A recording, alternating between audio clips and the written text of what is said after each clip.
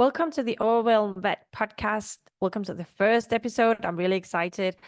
I want to share with you my journey being a vet, burning out, and then finding my way into being a life coach and now helping you all finding your way back or maybe into vet life and fully enjoy life instead of being so overwhelmed and burn out and ending up being cynical and hating everyone.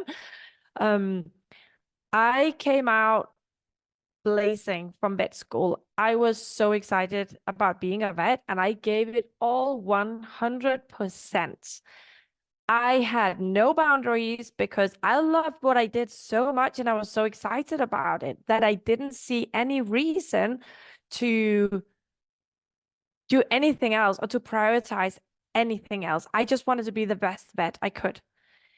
And I did this for years, damaging my relationship. I ended up getting a divorce. I guess I can't be 100% sure or blaming VetMed for my divorce, but it was definitely a big part of it. I ended up having so many heart palpitations. I was losing my hair. I wasn't sleeping very well. My skin was terrible. Um, I ended up hating VetMed. I did have my own clinic for a while. I started locuming in another country. I was doing a lot of things at the same time as I was running my family. But in the conclusion was definitely that VetMed was not for me. And I signed out for over a year. I just could not take it. I was burned out.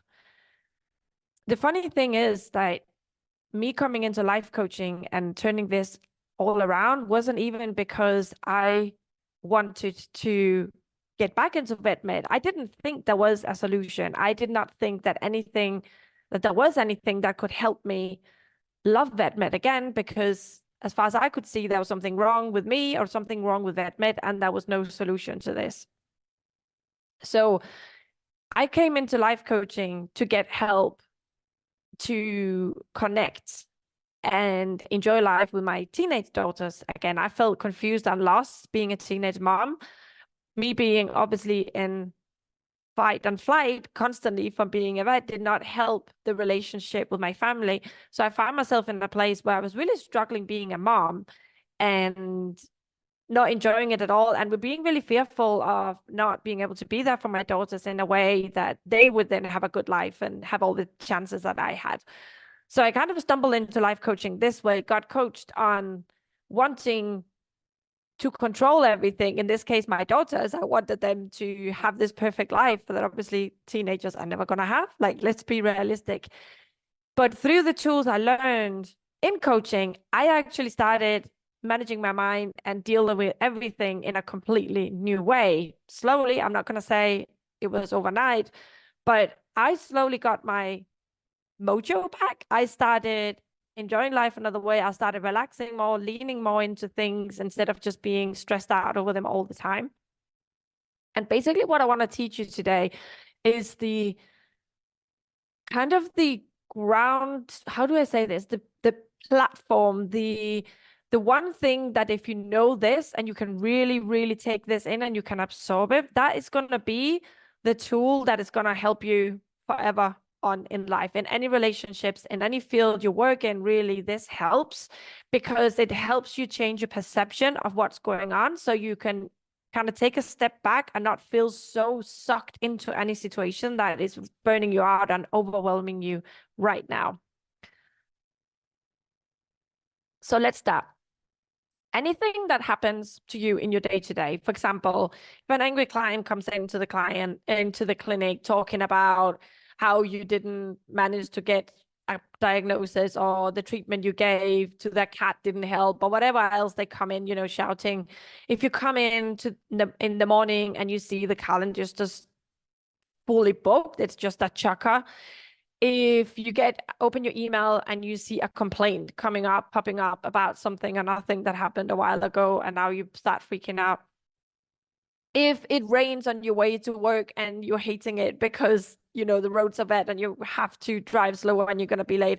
All these things that are happening are literally just circumstances that are happening in your life. And they mean nothing about how your day has to go or how you have to feel about it. And why is that? In my free PDF that you can download, I'll put it in your show notes, I explain the structure of what happens to us and how we deal with it and how the consequences then happen. It is called the model. And basically it explains like how something happens to us, a fact, right? A client shouts at us, it's raining, you get a complaint, the calendar's full. That is a circumstance. When something happens to us around us, or we hear something or see something, immediately our brain gets really busy and starts thinking, trying to analyze and kind of find the place in the world where this thing fits into your life and how you should react to it. So you're going to have like an array of thoughts about this thing that has happened, this circumstance, and these thoughts are going to make you feel a certain way: overwhelmed, anxious, stressed, happy, depending on what's happened, right? And from these feelings, you are going to start taking some actions. And some of these actions can literally just be overthinking, spinning, not sleeping can be an action. And it can also be like shouting back at the client, or, driving fast because you get stressed and angry and then you have an accident. So you take some action from this feeling you have, and then there's consequences of that. And that then turns into this loop where your life can then go. And most of us are not aware of how much control we have of this whole model, this whole array of like cascade of things that happen when something happens in our life and we react to it.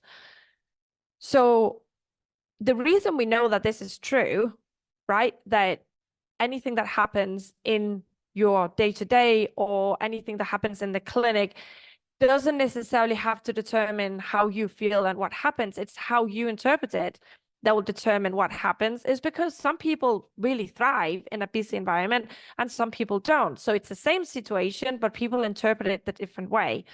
The reason you may be overwhelmed right now is not because you have a full calendar, or you have a lot of emails you need to answer to, or you have procedures stacking up and a lot of notes you need to write. These circumstances will not make you feel overwhelmed. What will make you feel overwhelmed is the meaning you give to, the perception you have, the way you analyze these things, the shock calendar, the cages full of animals that need to be treated, and so on. The overwhelm will come from how you decide to perceive it. The problem is that we don't realize what we're doing, right? We have all these thoughts happening all the time. So if we take a specific example, let's say you come in and the calendar is full, right? You can think different things. Let's say some of your thoughts around it is like, oh shit, they have overbooked again. I will never finish.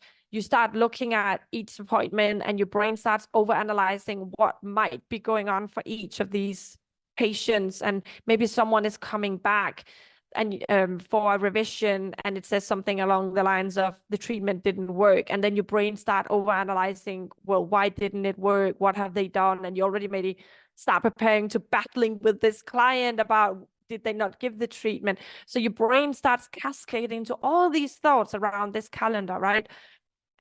And that will make you feel overwhelmed. So for example, what I do now when I come in my night shift and I see that there's all these appointments booked, I actually don't look at them.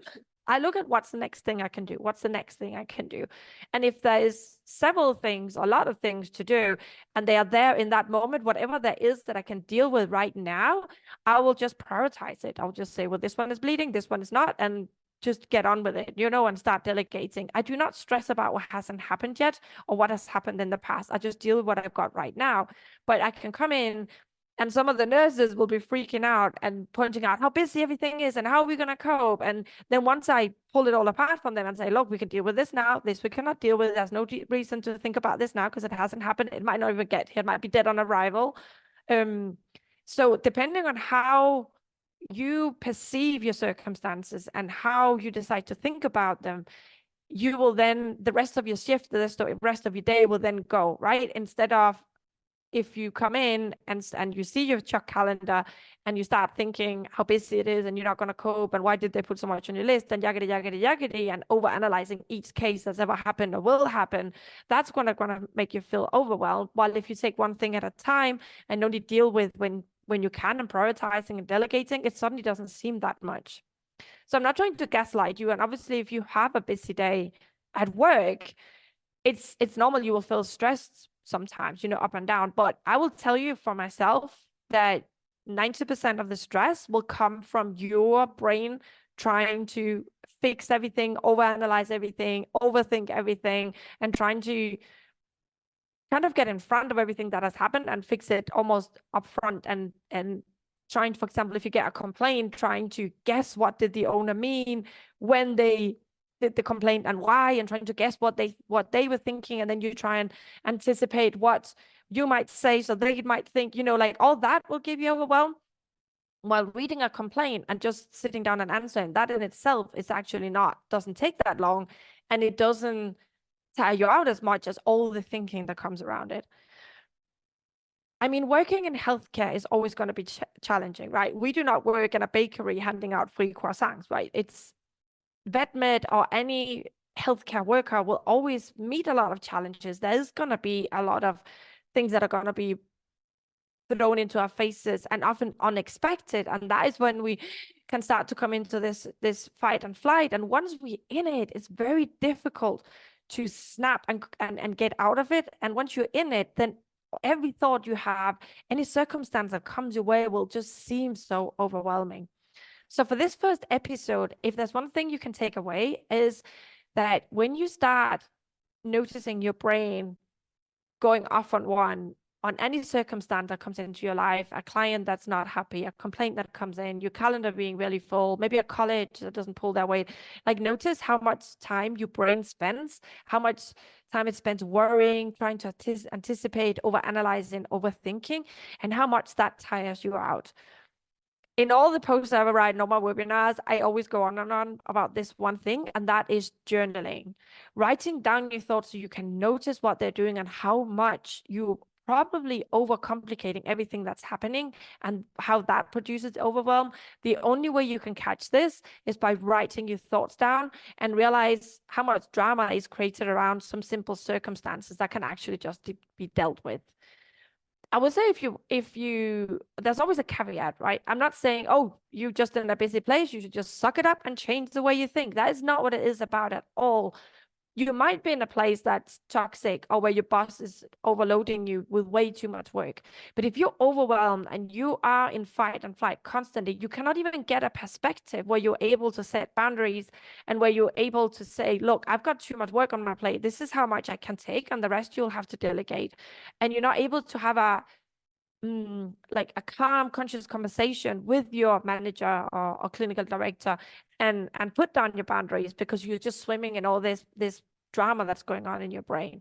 So I will say, if you can like kind of calm down, get a perspective, and be much more neutral about what's going on in your life, you're also going to be much more capable of setting your boundaries and possibly even considering leaving your job and finding another, but from this place of neutrality and calm and peace, where you know exactly where you stand and you know what's happening, and you can take the circumstances and separate from all the drama our brain creates around them.